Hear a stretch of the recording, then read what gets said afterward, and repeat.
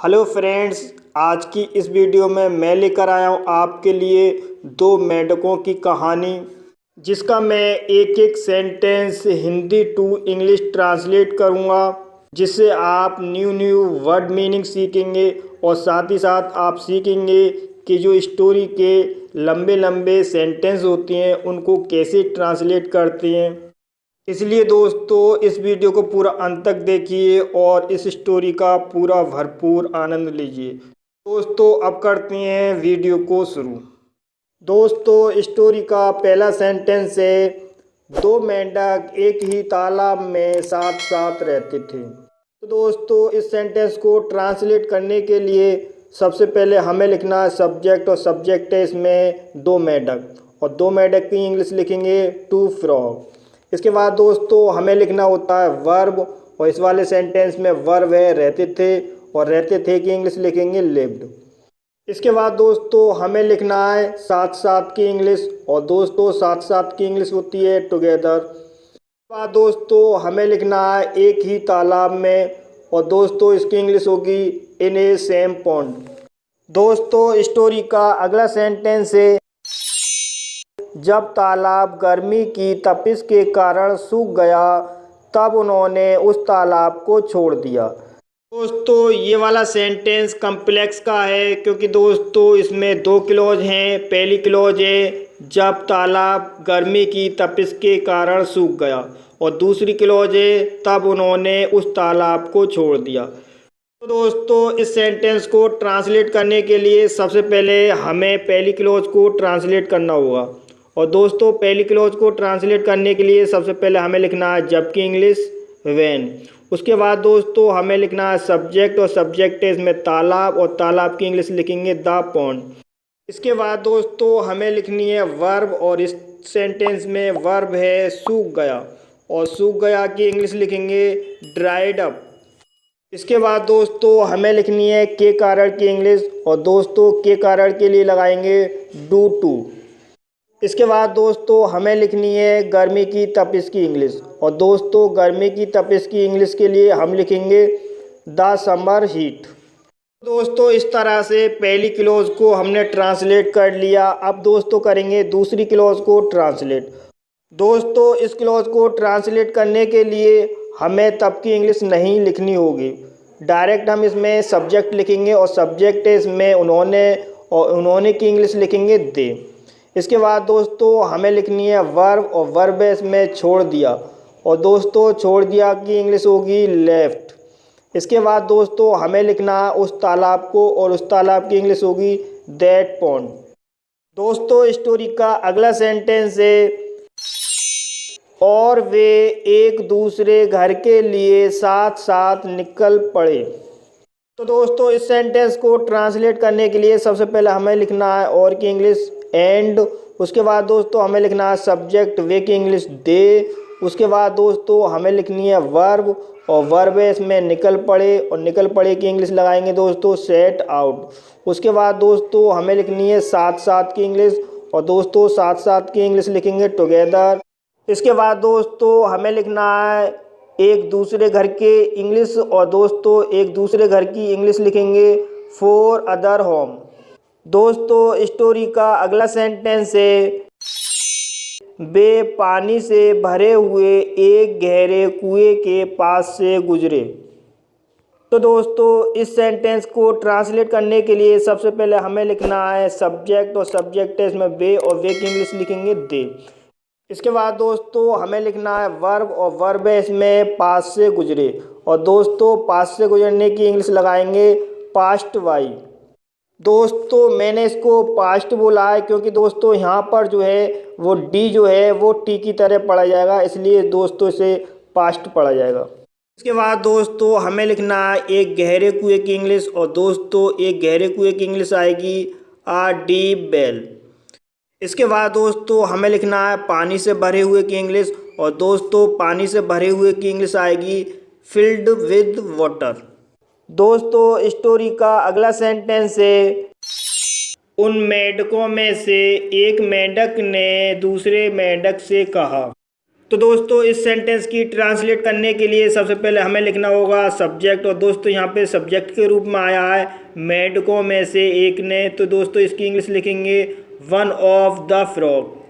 के बाद दोस्तों हमें लिखनी होती है वर्ब, और वर्ब है इसमें कहा, और कहा के लिए लिखेंगे सेड टू। तो हमें लिखना होता है ऑब्जेक्ट, और इस वाले सेंटेंस में ऑब्जेक्ट है दूसरे मेंढक, और दोस्तों इसकी इंग्लिश लिखेंगे अदर फ्रॉग। तो दोस्तों इस तरह से इस सेंटेंस की ट्रांसलेट हुई। दोस्तों स्टोरी का अगला सेंटेंस है हमें यहाँ अपना निवास बनाना चाहिए। तो दोस्तों इस सेंटेंस को ट्रांसलेट करने के लिए सबसे पहले हमें लिखना है सब्जेक्ट, और सब्जेक्ट इसमें हमें, और हमें की इंग्लिश लिखेंगे वी। इसके बाद दोस्तों हमें लिखनी होती है वर्ब, और इस वाले सेंटेंस में वर्ब है बनाना चाहिए, और दोस्तों बनाना चाहिए की इंग्लिश लिखेंगे शुड मेक। इसके बाद दोस्तों हमें लिखना होता है ऑब्जेक्ट, और इस वाले सेंटेंस में ऑब्जेक्ट है अपना निवास, और दोस्तों अपना निवास की इंग्लिश लिखेंगे अवर अवॉर्ड। इसके बाद दोस्तों हमें लिखना होता है अदर वर्ड, अगर है तो इसमें दोस्तों अदर वर्ड दे रखा है यहाँ, और यहाँ की इंग्लिश लिखेंगे हेयर। तो दोस्तों इस तरह से इस सेंटेंस की ट्रांसलेट हुई। स्टोरी का अगला सेंटेंस है और वह कुएं में कूद गया। तो दोस्तों इस सेंटेंस की ट्रांसलेट करने के लिए सबसे पहले हमें लिखना है और की इंग्लिश आएगी एंड। उसके बाद दोस्तों हमें लिखना है सब्जेक्ट, और सब्जेक्ट है इसमें वह, और वह की इंग्लिश आएगी ही। इसके बाद दोस्तों हमें लिखनी है वर्ब, और इस वाले सेंटेंस में वर्ब है कूद गया, और दोस्तों कूद गया की इंग्लिश लिखेंगे यहाँ पर जंप्ड। इसके बाद दोस्तों हमें लिखना है कुएं में, और कुएं में की इंग्लिश आएगी इनटू द वेल। तो दोस्तों इस तरह इस सेंटेंस की ट्रांसलेट हुई। दोस्तों स्टोरी का अगला सेंटेंस है दूसरे मेंढक ने सोचा। तो इस सेंटेंस को ट्रांसलेट करने के लिए सबसे पहले हमें लिखना है दूसरे मेंढक की इंग्लिश द अदर फ्रॉग, और फिर हमें लिखना है सोचा, और सोचा की इंग्लिश आएगी थॉट। तो दोस्तों इस तरह से इस सेंटेंस की ट्रांसलेट हुई। दोस्तों अगला सेंटेंस है यदि इस कुआं का भी पानी सूख जाएगा तो मैं इस गहरे कुएं से बाहर कैसे निकलूँगा। तो दोस्तों ये एक कम्प्लेक्स सेंटेंस है, क्योंकि दोस्तों इसमें दो क्लॉज हैं। पहली क्लॉज है यदि इस कुएं का पानी सूख जाएगा, और दूसरी क्लॉज है तो मैं इस गहरे कुएं से बाहर कैसे निकलूँगा। तो दोस्तों इसकी ट्रांसलेट करने के लिए सबसे पहले हमें पहली क्लॉज को बनाना होगा। दोस्तों इसकी ट्रांसलेट करने के लिए सबसे पहले हमें लिखना है यदि की इंग्लिश, और यदि की इंग्लिश आएगी दोस्तों इफ़। इसके बाद दोस्तों हमें लिखना है सब्जेक्ट, और दोस्तों इस वाले सेंटेंस में सब्जेक्ट के रूप में आया है इस कुएं का पानी। तो दोस्तों इसकी इंग्लिश आएगी the water of this well. इसके बाद दोस्तों हमें वी की इंग्लिश लिखनी है, और वी की इंग्लिश आएगी ऑल्सो। इसके बाद दोस्तों हमें लिखनी है वर्ब, और इस वाले सेंटेंस में वर्ब है सूख जाएगा। दोस्तों इसकी इंग्लिश लिखेंगे ड्राइज अप। दोस्तों जिन्हें कम्प्लेक्स में जो कंडीशन सेंटेंस होते हैं अगर वो नहीं आते हैं तो वो ये सोच रहे होंगे कि सूख जाएगा इसकी जो फ्यूचर में सेंटेंस है, और मैंने यहाँ पर बिल का प्रयोग नहीं किया। तो मैं उनकी जानकारी के लिए बता दूँ कि जो कंडीशनल सेंटेंस होते हैं उनमें पहली क्लॉज को प्रेजेंट में बनाते हैं और दूसरी क्लॉज को फ्यूचर में बनाते हैं। इसलिए दोस्तों मैंने यहाँ पे ड्राइज अप लिखा है, क्योंकि इसे मैंने प्रेजेंट में बनाया है। अब दोस्तों इसके बाद करते हैं दूसरी क्लॉज को ट्रांसलेट। तो दूसरी क्लॉज में शुरू में तो दे रखा है, और दोस्तों तो की इंग्लिश यहाँ पर नहीं लगाएंगे, क्योंकि दोस्तों जो कंडीशनल सेंटेंस होते हैं उनमें तो की इंग्लिश की जगह पे कॉमा लगाते हैं, जो मैं पहले ही लगा चुका हूँ। दोस्तों इस सेंटेंस की ट्रांसलेट करने के लिए सबसे पहले हमें लिखना होगा हाउ विल, क्योंकि दोस्तों ये सेंटेंस जो है वो सेकंड टाइप इंटेरोगेटिव का है, इसलिए दोस्तों हमें यहाँ पर हाउ विल लिखना होगा। इसके बाद दोस्तों हम लिखेंगे सब्जेक्ट, और सब्जेक्ट है इसमें मैं, और मैं की इंग्लिश लिखेंगे आई। इसके बाद दोस्तों हमें लिखनी है वर्ब, और वर्ब है इसमें निकलूँगा, और निकलूँगा की इंग्लिश आएगी गेट। इसके बाद दोस्तों हमें लिखना है बाहर की इंग्लिश, और बाहर की इंग्लिश आएगी आउट। इसके बाद दोस्तों हमें लिखना है इस गहरे कुएं से, तो दोस्तों इसकी इंग्लिश आएगी ऑफ दिस डीप वेल। और दोस्तों अगला सेंटेंस है यह सोचकर वह नहीं कूदा। तो दोस्तों सबसे पहले हमें लिखना है यह सोचकर, और यह सोचकर की इंग्लिश आएगी थिंकिंग दिस। इसके बाद दोस्तों हमें लिखना है वह की इंग्लिश, और वह की इंग्लिश होगी ही। इसके बाद दोस्तों हमें लिखना है डिड नॉट, क्योंकि दोस्तों ये पास्ट इंडेफिनिट का नेगेटिव सेंटेंस है, इसलिए डिड नॉट आएगा। इसके बाद दोस्तों हमें लिखना है जंप। तो दोस्तों इस तरह से सेंटेंस की ट्रांसलेट हुई। दोस्तों स्टोरी का अगला सेंटेंस है, कुछ दिनों के बाद तालाब सच में सूख गया।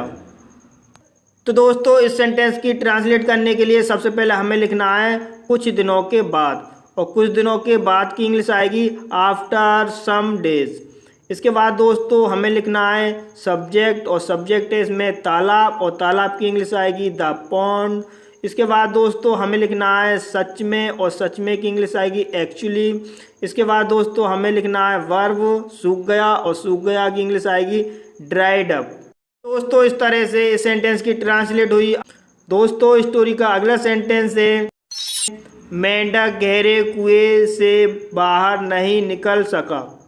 दोस्तों इस सेंटेंस की ट्रांसलेट करने के लिए सबसे पहले हमें लिखना है सब्जेक्ट, और सब्जेक्ट है इसमें मेंढक, और मेंढक की इंग्लिश लिखेंगे द फ्रॉग। उसके बाद दोस्तों हमें लिखना है नहीं निकल सका, और नहीं निकल सका की इंग्लिश आएगी कुड नॉट गेट।